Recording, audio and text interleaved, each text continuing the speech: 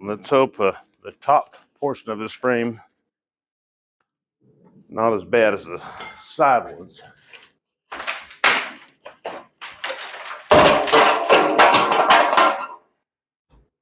Nothing was holding it up there. Yeah, it's rotted out. The entire portion of the exterior is rotted. It's all rotted. Well, happy Sunday to everybody. Let's go see if how the plywood doorway held up overnight. Looks like it held up good. So I was taking out the rest of the frame for the sliding glass door. This side doesn't look all that bad. Got some decent wood back there, right? Oh God. This is what I'm talking about. This is not me. This is exterior. And this is all rot. And look at this. Look at all that. Let's hope the top portion of this frame not as bad as the side ones.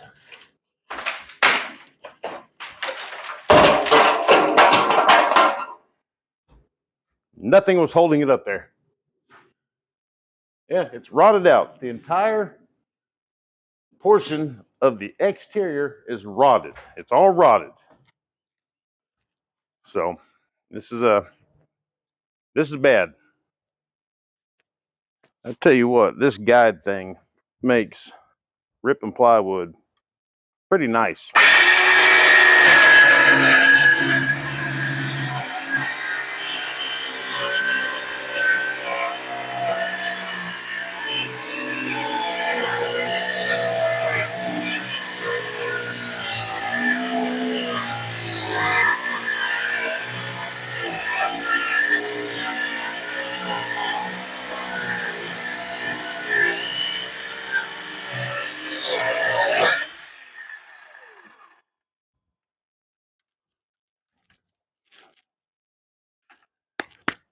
And we wanted 38.5. 38.5. 38.5. Beautiful. Now we need to cut some notches out to go around the door opening. Let me get the figuring. I'm done rebuilding the floor. I'm so glad that I did it this way instead of the kind of the halfway that I started to do. I built it like a deck structure. Let me give you a couple little close-ups. Oh, there was tons of rotten wood. It was bad. It was bad, bad, bad, bad. Oh, you guys okay? Are you guys okay? Yeah, let's try this again. So I've got it level. These pieces here, I just stuck those in there just to have something extra because I had extra wood, and they're sitting on top of the Bricko block, which will just give more substance to the floor. You know, the whole floor was, oh, I guess you'll call it sinking down on this side because of the termites and the rain. Sliding glass door, it was eating up wood, and the weight of the house was pushing down on the cinder block. Down here, I had to get a 10-ton hydraulic bottle jack and jack the corner of the house up and get that corner straightened out. And now I'm getting ready to lay down the sheet of plywood, and then under the plywood goes the vapor barrier or weather barrier, and then on top of that goes 3/4 inch subfloor. I've already got the piece of plywood cut out and notched.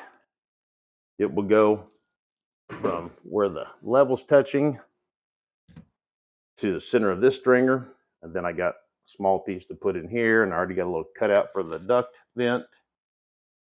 And then I've got some extra insulation left, and I'm thinking about go ahead and insulating right here. You know, some insulation is better than no insulation.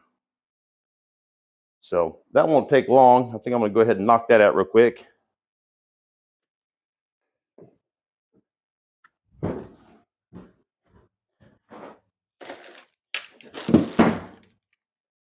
There was a time I wish I was recording, but then again, I wish I wasn't.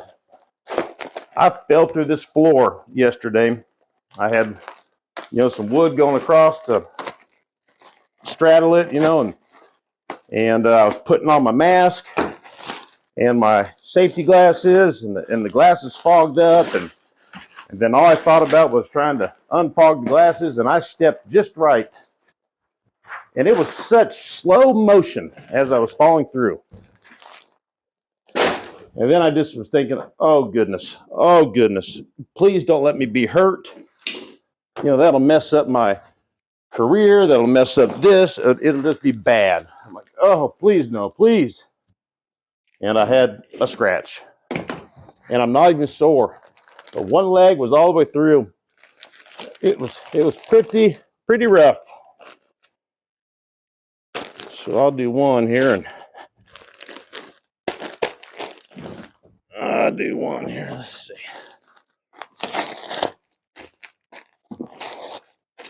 There's probably a really long razor blade for this that I don't have.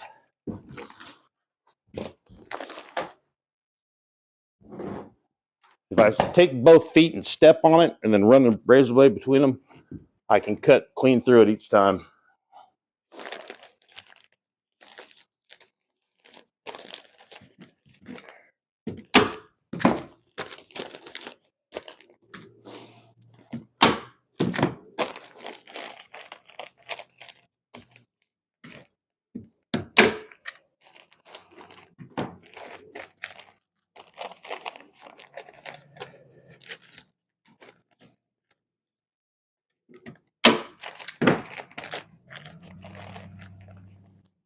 So this insulation says JM, and that stands for John Mansfield.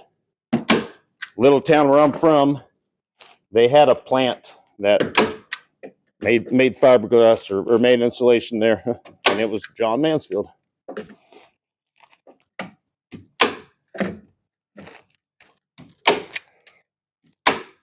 All right, I'm gonna knock the rest of this out, and then we'll put down some sheeting.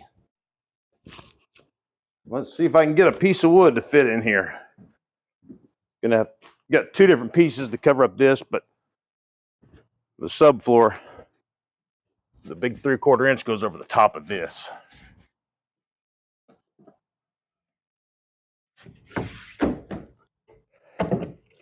I better get in there.